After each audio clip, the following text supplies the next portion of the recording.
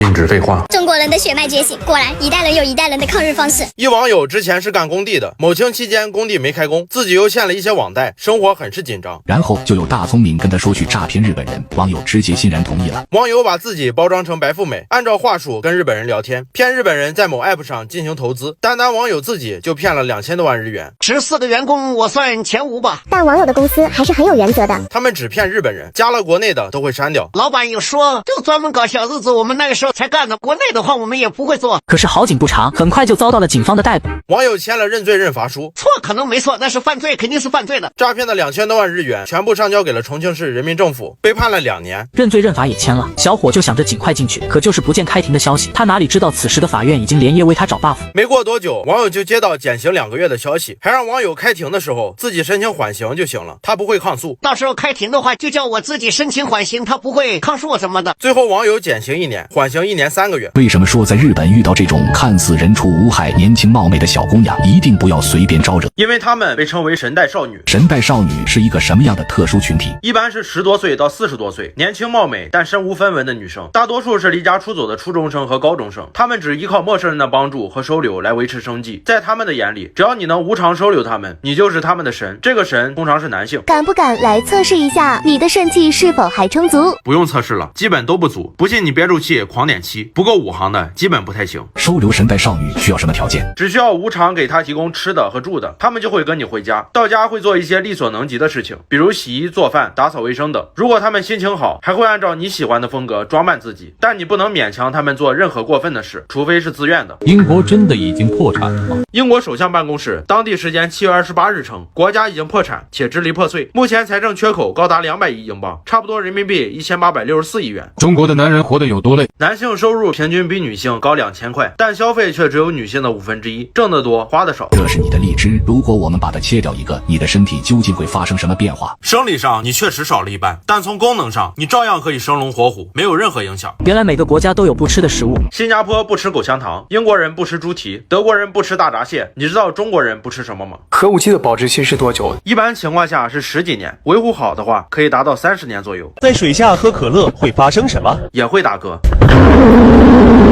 为什么很多贪官宁愿自杀也不自首？因为自杀可以逃避审判，不审判就无法定罪，这样可以避免子女被牵连，甚至可以保全财产。朝鲜人结婚前有多保守？结婚前男女双方不能有过多的亲密行为，最多拉拉手。女生晚上8点前必须回家，不能随便去男方家。女生如果婚前有同居行为，只要被发现，会遭到严格的处罚，孤独终老。人的一生患癌的几率有多大？据中国癌症年报统计，平均患癌率33%，40岁后还会逐年增加。韩国财阀到底有多嚣张？无数女明星成为财阀的玩物。从1995年到2021年的数据显示，韩国娱乐圈中有高达70%的艺人不得不长期为韩国财阀提供服务。20年间，有上百位韩国女星选择自杀。张子妍遗书中提到，曾被财阀潜规则300次，连生理期都逃不过。最变态的是，他还曾被父子2人一起糟蹋。韩剧《火鸟》的女主角李恩珠上台领奖时被塞着玩具，还曾被折磨长达8个小时。驻韩美军的工资到底有多高？可以说是全世界军队工资最高的，每月工资2万美金打底，折合人民币差不多14万。发射完核武器要是后悔了可咋整？能像电影一样让那些核武器半路上自毁吗？不能。狗行千里吃屎，为什么狼不吃？狼也吃。千万别开着空调在车里面睡觉，可能随时都有生命危险。开着空调睡觉时，发动机始终处于怠速状态，发动机的燃烧不完全，容易一氧化碳中毒。你知道拍摄86版《西游记》时到底有多艰难吗？拍摄了6年时间，走遍了全国26个省，121个取景地，光演员唐僧就换了3个。截止目前，《西游记》这部影剧已经被循环重播了4000多次。